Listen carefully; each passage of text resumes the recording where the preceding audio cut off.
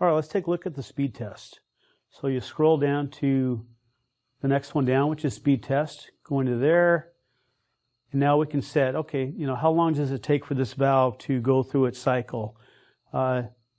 Default is 10 seconds. We're going to go ahead and bump that up to, let's say, got to get over there. There we go. Let's bump it up to 30 seconds. That means that's how much time we're allowing it to get through the full cycle. Start the test.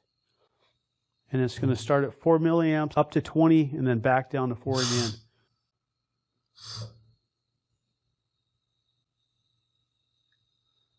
Okay, and once the test is done, it's going to give you your test results. Again, if it's good, bad, or marginal, it's going to give you that result here. And you can also save this information to memory and then upload the test results to ValveTrack software for further examination.